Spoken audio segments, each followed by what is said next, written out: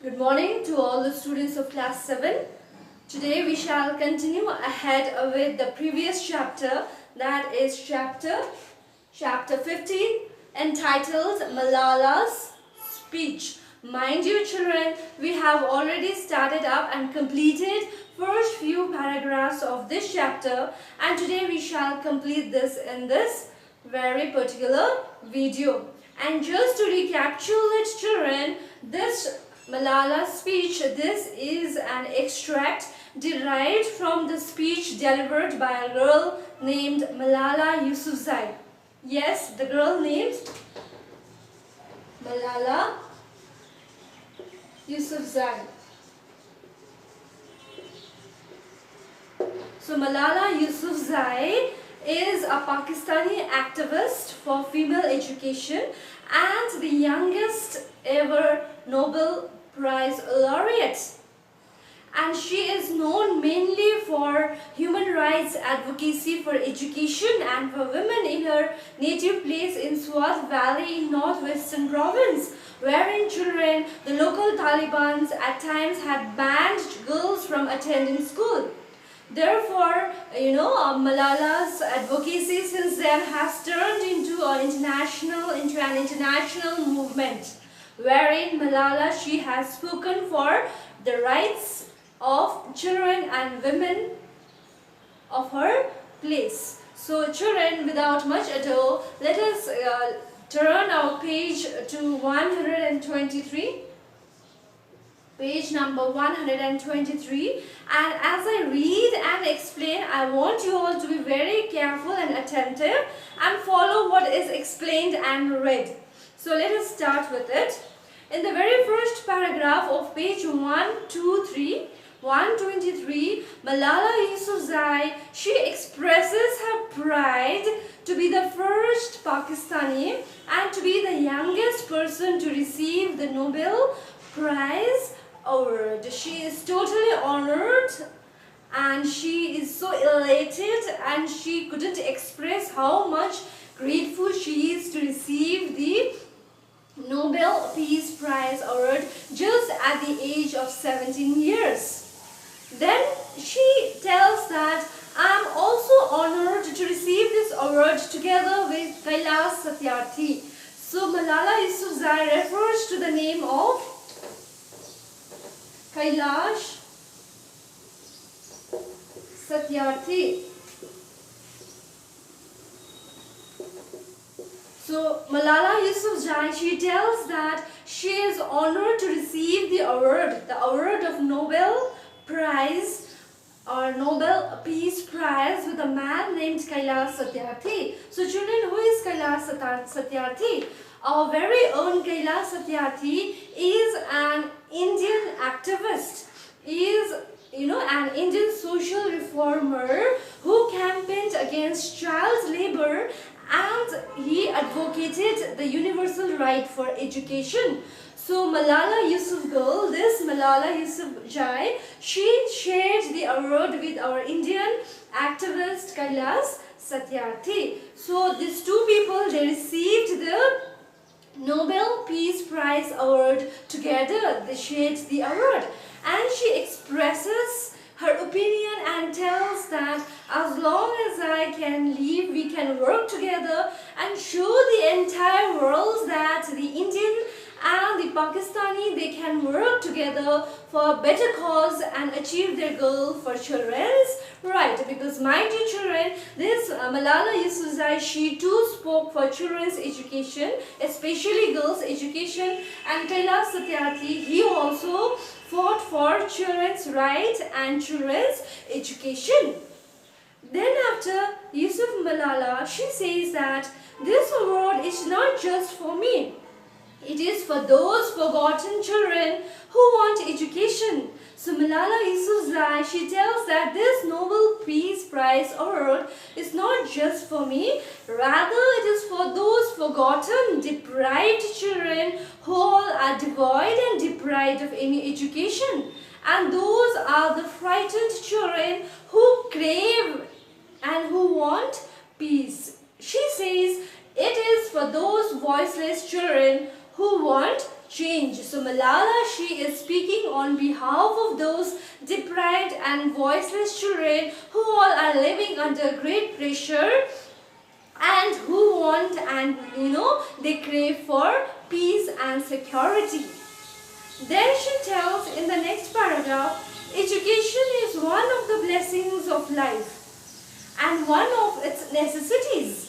That has been my experience during the 17 years of my life in my paradise home. So here in the very second last paragraph, Malala emphasizes the very importance of receiving education.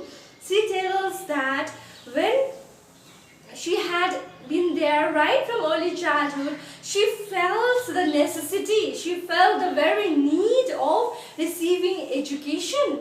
And she talks about the condition that prevailed in a Swat Valley in northwestern Pakistan, wherein they were not allowed to attend the schools.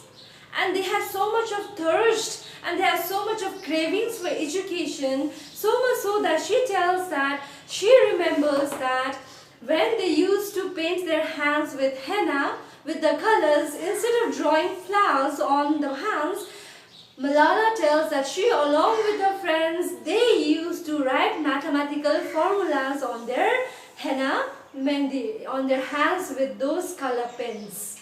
So they had literally a genuine thirst for education and craving for learning. So much so she tells that, I remember when my friends and I could decorate our hands with henna on special occasions.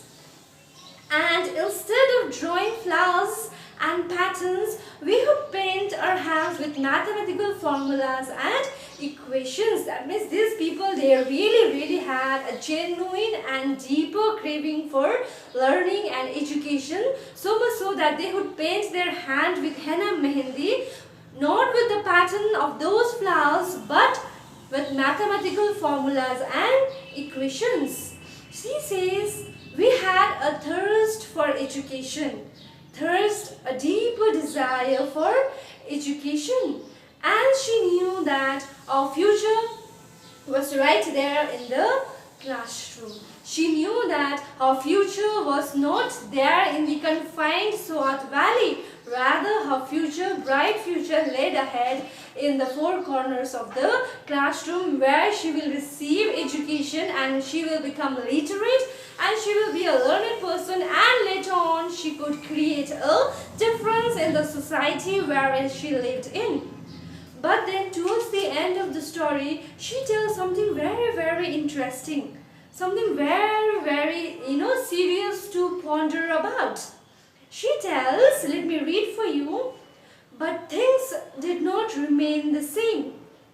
When I was in Swat, which was a place of tourism and beauty, suddenly changed into a place of terrorism. See how much this girl Malala, she has suffered in the place where she lived in the Swat Valley. She tells that her very Swat Valley in northwestern Pakistan was a paradise initially, was a paradise in the beginning. But later on, that very, the Garden of Paradise, alright, the very beautiful place of tourism changed into a place of terrorism.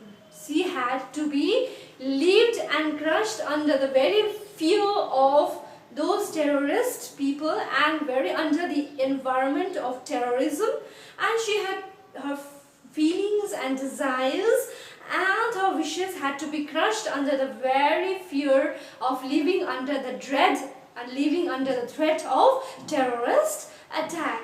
She tells that I was just 10, when more than 400 schools were destroyed. Malala, she recalls her experience and tells that when she was only 10 years old, 400 schools were destroyed. Women were flogged. I repeat, women were flogged. Flogged. Flogged means women were beaten or whipped. Whip or stick as a punishment. So children, here you find that Malala tells that in her very area, women were flogged. Means women, they were punished, they were whipped, they were beaten up as a punishment.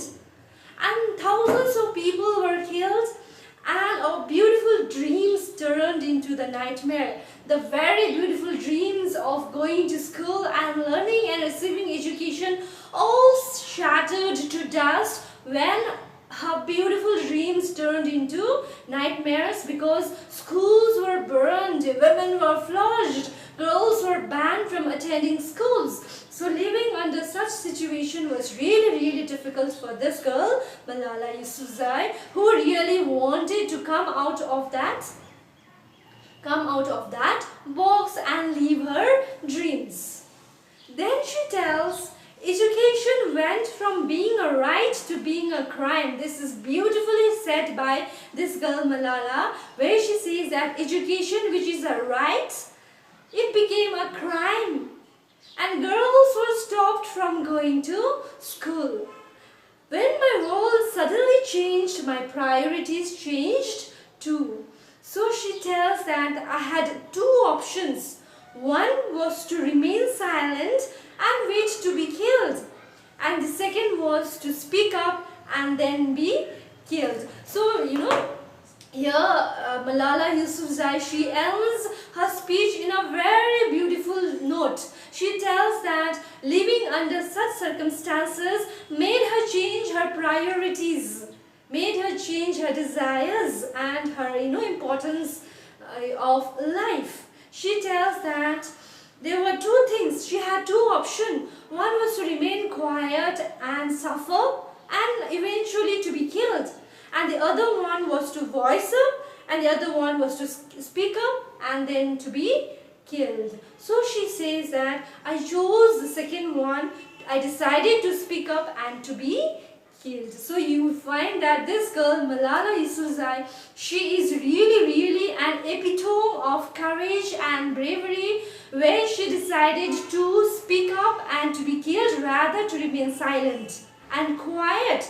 That's why children, you find that in the year 2001 she was shot in her left head by a Talibani gunman, but fortunately she was able to survive that gunshot. And later on she became a very a motivational and an inspirational figure that inspires and motivates each and every sect of people, and inspires each and every generations and each and every kind of people living in the entire nation. That's how this Malala speech ends over here, children. So I implore you all to go through this speech once, and if there is any problem or query, you are free to ask the teacher. So we shall stop over here. Thank you very much.